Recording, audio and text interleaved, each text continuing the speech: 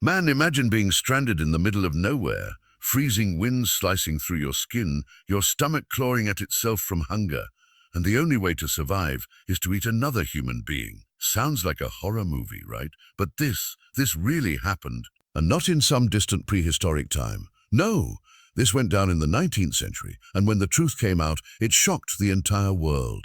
So, let me take you back to the year 1884. The ocean is calm, the sky is blue, and the English yacht Mignonette is slicing through the waves. 4 men on board, skilled sailors, experienced, and they think they're heading for an adventure. But here's the twist. In just a few weeks, their little boat trip is going to turn into one of the most infamous survival stories in history.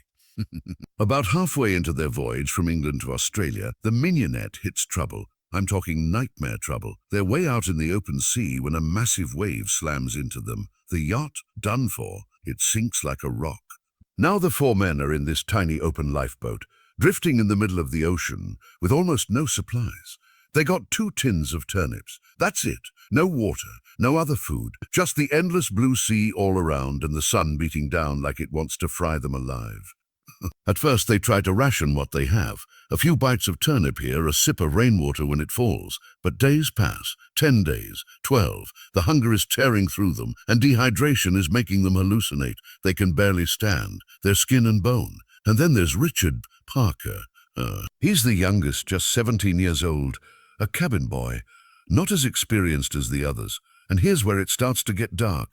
Parker made the rookie mistake of drinking seawater. Everybody knows that's deadly. It messes up your insides, speeds up dehydration. He gets sick, real sick. The other men, Thomas Dudley, Edwin Stevens, and Edmund Brooks, they're watching him fade fast. And now, unspoken thoughts start creeping into their minds. The kind of thoughts you don't want to admit you're having. By day 18, they know it's over unless they do something extreme. Me and Dudley, the captain, finally says it out loud. They could draw lots, decide who's going to die so the others can live. Brooks doesn't want to hear it. Stevens stays quiet, but the idea's out there, floating in the hot, heavy air. The next day, Dudley makes his move. He leans over Parker, who's too weak to fight, and says a prayer. Then he pulls out a penknife. One quick motion, Parker's gone. What happens next? They drink his blood. They eat his flesh. They survive off him for 4 more days until, miracle, a passing ship spots them and hauls them aboard. Now here's where this turns from a nightmare into a world-shaking scandal. See, in those days, as survival cannibalism wasn't exactly unheard of, sailors had this unspoken code. If you're dying at sea, you can draw lots and kill one to save the rest. It's grim, but it happened. Usually, when survivors got home, the authorities looked the other way. But this time, nope, the law came down hard. Dudley and Stevens were charged with murder. Their trial became a massive public spectacle. Newspapers couldn't print enough about it. Moral debates exploded. Was it murder if it was the only way to survive? Did the custom of the sea mean anything in the eyes of the law? The court decided. Yeah, it was murder.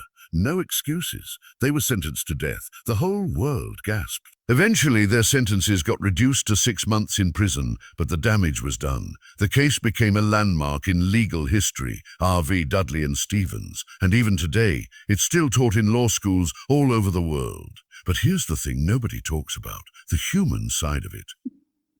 These weren't movie villains. These were men staring death in the face, watching their bodies waste away, feeling every second tick closer to the end. It's easy for us, sitting here with full bellies, to say, I'd never do that.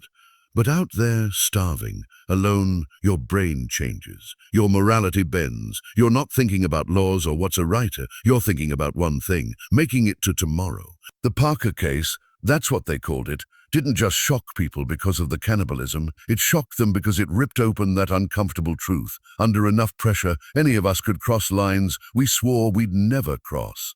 And maybe that's why, even after more than 100 years, this story still gets under people's skin. It's not just about a boy who died at sea. It's about the part of human nature we'd rather not look at. Now, if you were in that lifeboat, day 18, starving, dying, would you have done the same thing Dudley did? Or would you have gone down with your morals intact? Be honest, because this isn't a hypothetical for them. It was life or death. This is the kind of story that sticks with you. It makes you glance sideways at the person sitting next to you and wonder, if we were both stuck out there, who'd be the one to survive? If you want more true stories that dig into the deepest, darkest corners of human survival, the stuff they didn't teach you in school, hit that subscribe button, drop a comment, and let's talk about it. Because trust me, there are more cases like this, some even worse.